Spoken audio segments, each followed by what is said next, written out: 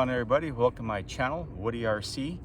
Today I'm going to give you guys a tutorial on how I like to make my videos.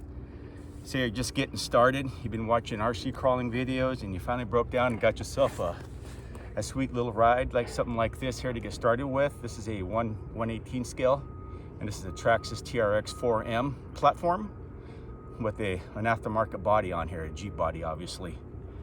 But so you're telling yourself, you know what, I have a lot of fun with this. I think I want to make my own videos and start putting up some content for the guys to watch out there.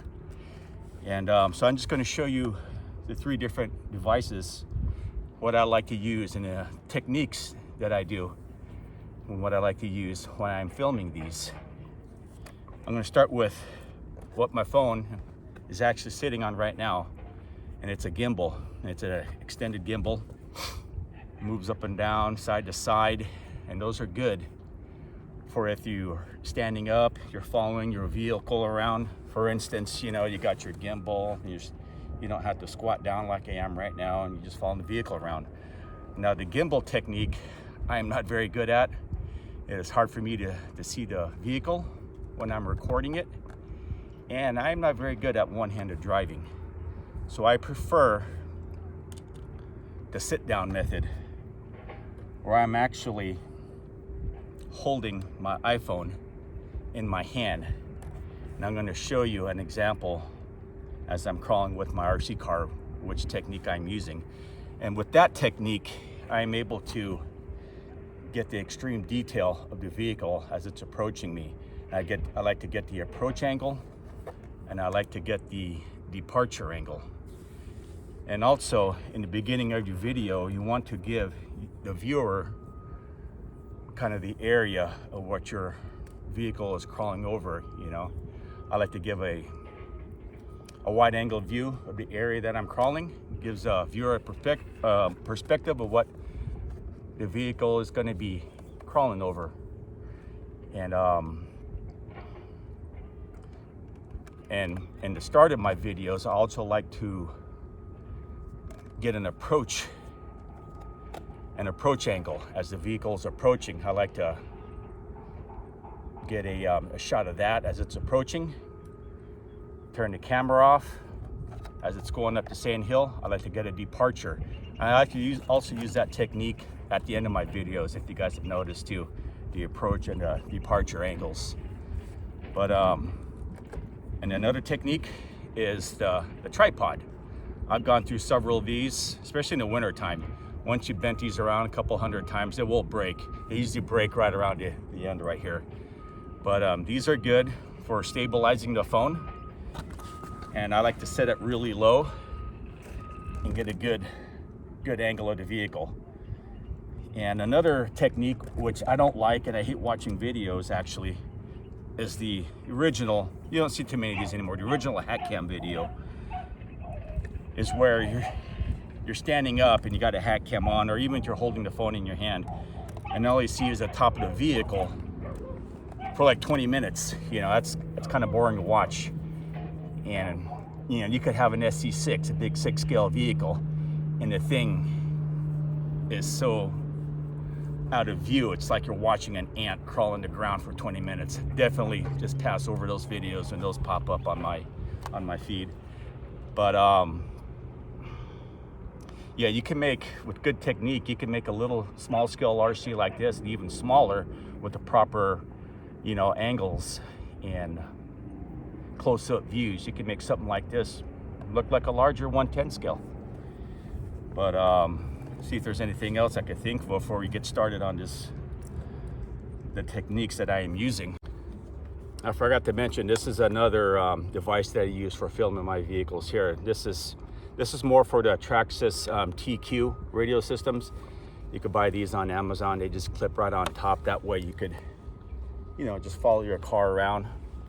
Doesn't get as close and as personal as holding the phone in your hand, though, the way I like to do it. But just another way to record your cool little RC crawlers. Another thing you don't want to do is edit out a good crash. I mean, to a lot of us, to most of us, even people aren't into RC, that is the best part of the video, is a good crash. You know, little tip overs here and there, yeah, that's fine, you could edit that out. Or you're going up an obstacle and your dip gets hung up on a ledge of the rock, yeah. And also you don't want to continue on with the video for more than a few seconds if your truck's having a hard time getting over an obstacle. I mean, you don't want to see, you know, 2 minutes of a car spinning his wheels out getting over a certain obstacle. You know, things like that you could edit out. Okay guys, I'm gonna get started on this video here, and as you're seeing the car in action, I'm gonna tell you which technique that I am using. Okay guys, so right now I am using the gimbal. Now the advantage of the gimbal is you get to stand up. You don't have to sit down. If you got a bad back like myself, it's hard sitting down, getting back up off and on just to get some good shots, you know, for the viewers out there. So this is the gimbal. The good thing about this, you can move it around, it stays nice and stable, as you see here. You can get a good approach angle, as so. And as it departs, you could come around to the back like so and get a good departure angle of it. Now that is the gimbal technique. Let's go on to another technique, see what you guys like better. All right guys, the technique that I'm using now, I've got that attachment on top of my transmitter. As you can see here, I can't get a good angle of it here. This is about as close as I could get to the ground with it. So let's climb up the obstacle here.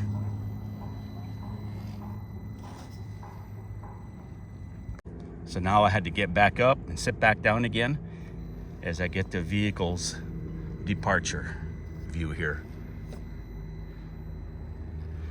Now the good thing about, the one thing I like about the attachment is you're at an angle where you got a, you know, your good side view of it like that there, where you're not sitting on the ground, that the vehicle's perched up on a higher rock.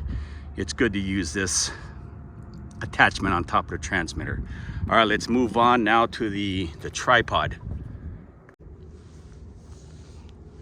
All right guys, I got my iPhone installed, got into my tripod, and got the tripod about as low as it can go. This is just another technique you can use if you have a tripod. And then from here, I actually have to move it, and this is where I would stop the video and I would restart it, scoop my butt over back on the floor again. I would set my camera up to get the best possible angle, as so, like that, and then I would exit. All right, now guys, now this is my favorite technique to use. It's the most difficult one for me because I constantly have to sit down on the ground and get back up. But with this technique, holding the phone in my hand, you can really get up close and personal. This is good for doing like a you want to do a tire review, or you want to, you know, do a review on the shocks that you installed of the car. I mean, you could actually get in there and get really close to the detail of what the car is doing. So something like this here, sometimes I would start close like this and I would back up.